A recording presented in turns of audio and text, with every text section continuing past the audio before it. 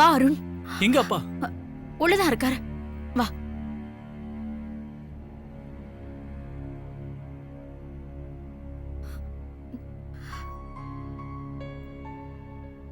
என்னாச்சு அருண்? கொஞ்சம் இரு. பல்ஸ் நார்மலா தான் இருக்கு.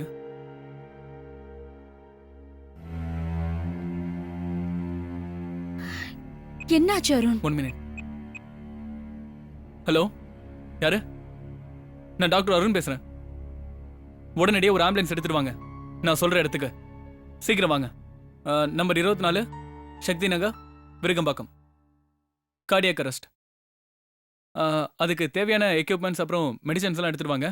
Okay, quick. யா.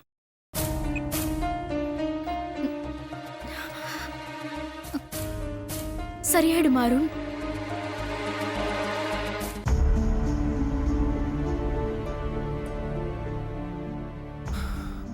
ஒன்றும் பிரச்சனை இருக்காது காவியா. 2-3 நாள் ஐசியூல வச்சு பார்த்தா சரியாயிடும். நான் பாத்துக்கிறேன், டோன்ட் வரி. வா, அவர் ரெஸ்ட் எடுக்கட்டும். வா, ஒன்னும் ஆகாதுல்ல? நான் பாத்துக்கிறேன், டோன்ட் வரி. நீ வா.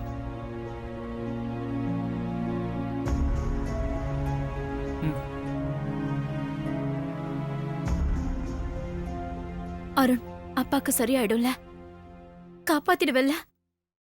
ஏன் இவ்வளவு பதட்டப்படுற? என்ன கேள்வி இது? அவர் என்னோட அப்பா. காவியா, ஒரு டாக்டர் கிட்ட அட்மிட் ஆயிட்டா அவங்க அந்த டாக்டருக்கு பேஷண்ட். அப்பா அம்மா அப்படிங்கிற உறவு, சென்டிமெண்ட்ஸ், இது எல்லாமே அப்புறம்தான். புரியுது அருண். அவர் என் கூடவே இருந்திருந்தா கூட பதட்டப்பட்டிருக்க மாட்டேன். எப்பவோ சின்ன வயசுல பார்த்தது. இப்ப அவரா வந்து நின்னப்போ முகம் கூட எனக்கு ஞாபகம் இல்ல. கடைசி காலத்துல தன்னோட மகளை தேடி வந்ததா அவர் நினைக்கலாம். ஆனா நான் கடைசி காலமா ஆக்கிடக்கூடாது. சார், பேஷண்ட் உள்ள இருக்காரு. ஸ்ட்ரெச்சர்ல வச்சு ஆம்புலன்ஸ்ல ஏத்துங்க. சரிங்க சார். அருண், நானும் கூட வரவா? வேண்டாம் காவியா, நான் போய் ஐசியூல அட்மிட் பண்ணி ஃபர்ஸ்ட் எய்ட் கொடுக்குறேன். அவரை நார்மல் கண்டிஷனுக்கு கொண்டு வந்ததும் அப்புறம் உனக்கு கால் பண்றேன். ஓகே, அப்புறம் நீ வா.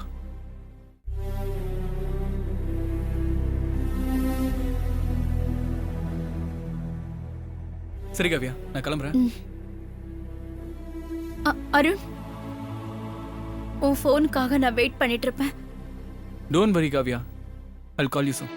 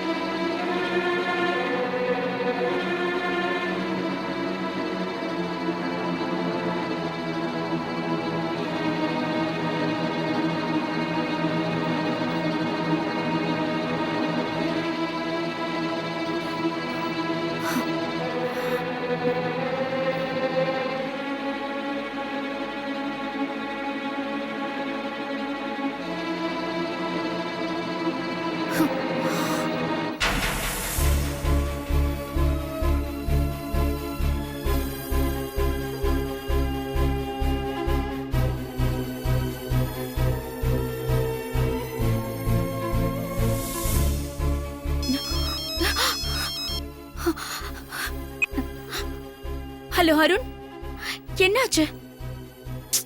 ஒன்றும் இல்லை, நல்லா இருக்காரு. ஐசியூல அட்மிட் பண்ணிட்டு ஃபோன் பண்றேன்னு சொன்னல, இதுக்கே இவ்வளவு நேரமா?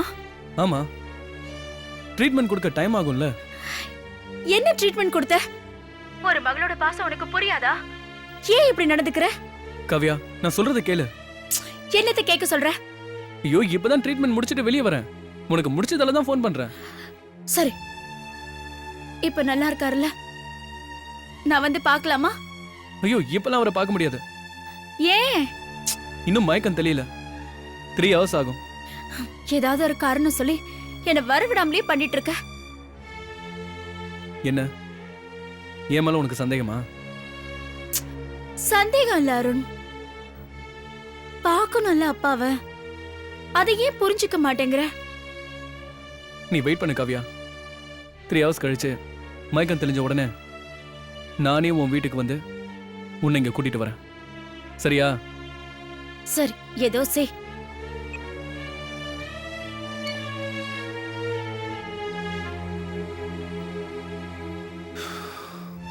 புரிஞ்சுக்கவே மாட்டேங்கிறா. போம்மா, உட்காரு. வாமா. இனிமே இதுதான் உன் சேர். உட்காரு. உட்கார் உட்கார் கவிதா. உட்காரு மருமகளே. குட். அம்மா, உன்கிட்ட நிறைய விஷயங்கள் பேசணும். என் கேபினுக்கு வா.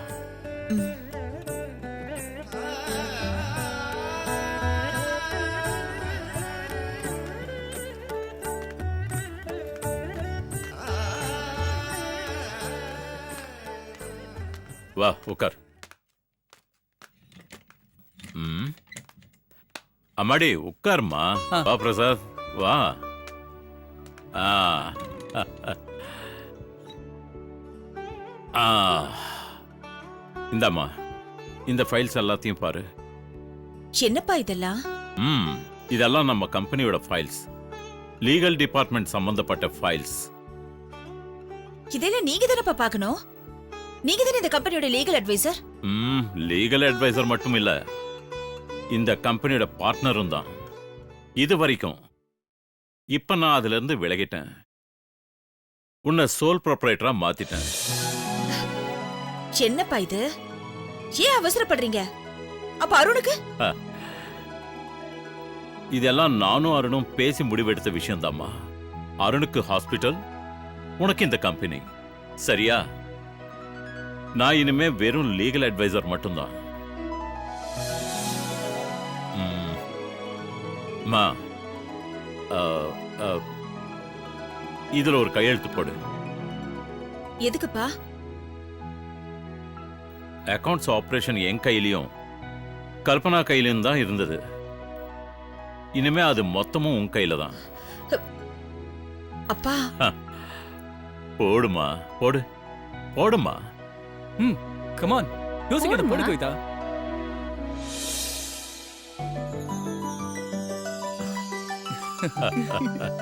Good good, very good. இப்பதான் நீ லீகலா இந்த கம்பெனியோட எம்டி. அருண், வெளிய நம்ம லேபர் யூனியன் லீடர் நிக்கிறாரு, அவரை கூட்டிட்டு வா. சரிப்பா. வணக்கம் சார். வணக்கம் சோமு. சோமு சார், இனிமே இவங்க தான் இந்த கம்பெனியோட எம்டி. என் மக, சரியா சொல்லணும்னா உங்க சின்ன முதலாளி. வணக்கம். வணக்கம். அப்பா, இவரு? சொல்றேம்மா. இவர் பேர் சோமு, நம்ம கம்பெனியுடைய லேபர் யூனியன் லீடர். ரொம்ப நல்ல மனுஷன், நேர்மையானவர் கூட. சந்தோஷமா இருக்கு சார் உங்க வயால இந்த வார்த்தையை கேட்கும்போது. நேர்மையான காரணங்களுக்காக, அவங்க தொழிலாளர் விஷயங்களுக்காக குரல் கொடுப்பாருமா. அந்த மாதிரி நேரங்கள்ல உங்க அம்மாவுக்கும் இவருக்கும் பிரச்சனை வருமா. அப்போ உங்க அம்மா கூட தேவையில்லாம ஒரு நச்சு பாம்பு கூட இருந்துச்சு. காமெடி பண்றதா நினைச்சு கழுத்தை அறுக்கிறவன் நான் அவனை துரத்தி விட்டேன். அதுக்கப்புறம் தான் இந்த கம்பெனி நிம்மதியா இருக்கு. சரி, அதை விடுமா. அவனை பத்தி பேசி நாம ஏன் நேரத்தை வீணாக்கணும்? சோமு சார், உனக்கு ஏதாவது பிரச்சனை வந்தா என் பொண்ணுகிட்ட பேசு. சரிங்க சார். சால்வ் ஆகாத மாதிரி தெரிஞ்சா பிரச்சனையை கிரியேட் பண்ணாம வழக்கம் போல என்கிட்ட பேசு. சரியா? சரிங்க சார். சரி, நீ போ. வரேன் சார். நான் போலாமாம்மா? போலாம்னு சொல்லு. சரிங்கம்மா, வரேம்மா. வாம்மா. வா. சரி, வா போலாம்.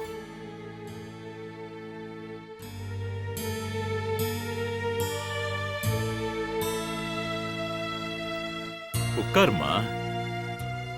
உட்காரு கவிதா. மாமா உட்காரு. உட்காரு மருமகளே. உட்காருமா. ஆ. மகாராணி மாதிரி இருக்க. கவிதா, உனக்கு எந்த சந்தேகம் வந்தாலும் அப்பாவுக்கு ஃபோன் பண்ணு.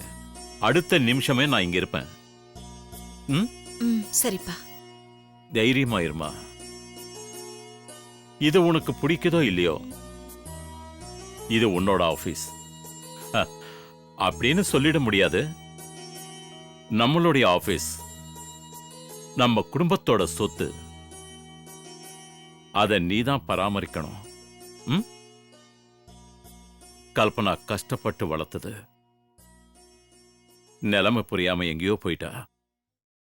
ஆனா நீ எல்லாத்தையும் புரிஞ்சவ.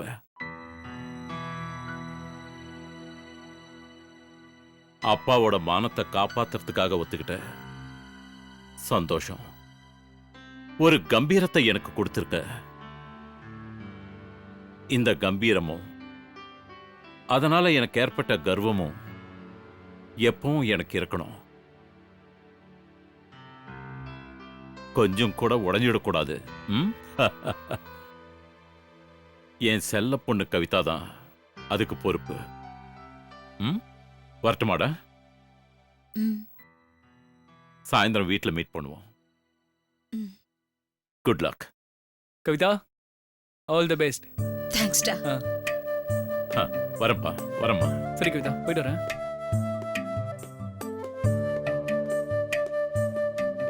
அம்மா நம்மளும் கிளம்பலாமா? சரிப்பா. வரட்டுமா மருமகளே? இருங்க அத்தை, இருங்க. கொண்டு வந்து உட்கார வச்சுட்டு உடனே என்ன அர்த்தம்? பேசணும்ல.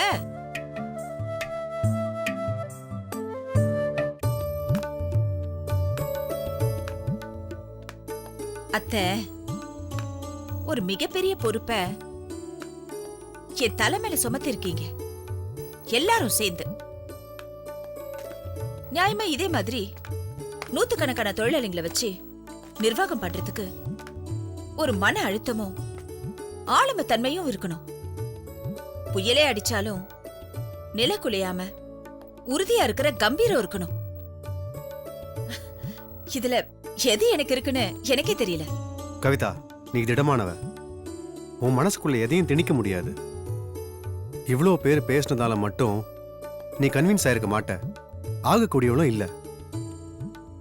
ஆமா மருமகளே, நீ ஏத்துக்கிட்டது ஒரு வகையில உன் உள் மனசு போட்ட கட்டளையா இருக்கலாம்.